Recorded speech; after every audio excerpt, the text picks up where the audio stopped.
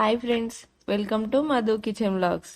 ఈరోజు మన ఛానల్లో tasty and juicy gulab jamun ఎలా చేసుకోవాలో చూపించబోతున్నాను. పండుగలకైనా ఫంక్షన్స్కి అయినా లేదా ఎలాంటి చిన్న అకేషన్ ఉన్నా సింపుల్గా చేసుకునే స్వీట్ ఈ గులాబ్ జామున్. ఈ గులాబ్ జామున్ని పర్ఫెక్ట్గా సరైన కొలతలతో ఎలా చేసుకోవాలో ఈ వీడియోలో చూద్దాం.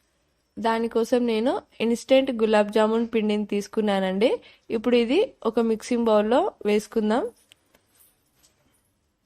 ఇందులో కొద్దిగా పాలు పోసుకుంటూ పిండిని మొత్తం మంచిగా కలుపుకోవాలండి. సాఫ్ట్గా పాలు వేసుకుంటూనే కలుపుకోవాలి, నీళ్ళతో కలుపుకోకూడదండి. మంచిగా సాఫ్ట్గా వచ్చేలాగా కలుపుకోవాలి. మనం పాలు చూసుకుంటూ వేసుకోవాలండి. ఈ విధంగా మంచిగా ముద్దలాగా వచ్చేలాగా కలుపుకోవాలి. ఇప్పుడు నేను ఒక 5 minutes పక్కన పెడుతున్నానండి. ఇప్పుడు స్టవ్ ఆన్ చేసుకొని ఒక ప్యాన్ పెట్టుకున్నానండి. ఇందులో 1 కప్పు షుగర్ వేసుకుంటున్నాను, అలాగే 1 కప్పు వాటర్ వేసుకుంటున్నానండి. ఈ షుగర్ మొత్తం మంచిగా కరగాలండి. ఇప్పుడు ఇందులో ఇలాచీ పౌడర్ వేసుకుంటున్నానండి. ఈ షుగర్ వాటర్ మంచిగా మరగాలండి. ఇలా చేతితో పట్టుకుంటే ఇలా జిగురుగా వస్తే సరిపోతుంది, ఎక్కువ పాకం అవసరం లేదండి. ఇప్పుడు స్టవ్ ఆఫ్ చేసుకొని పక్కన పెట్టుకుందాం.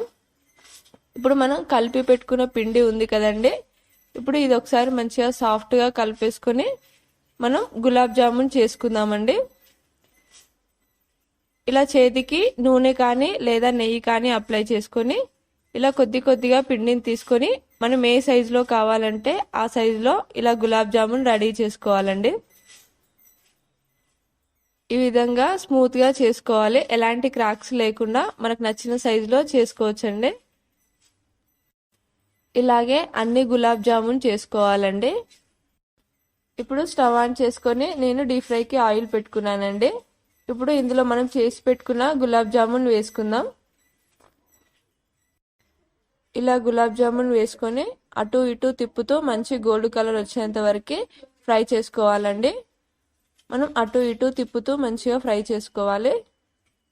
ఈ విధంగా కలర్ వచ్చిన తర్వాత మనం ప్లేట్లోకి తీసుకుందామండి. ఇలానే అన్ని గులాబ్ జామున్ చేసుకోవాలి.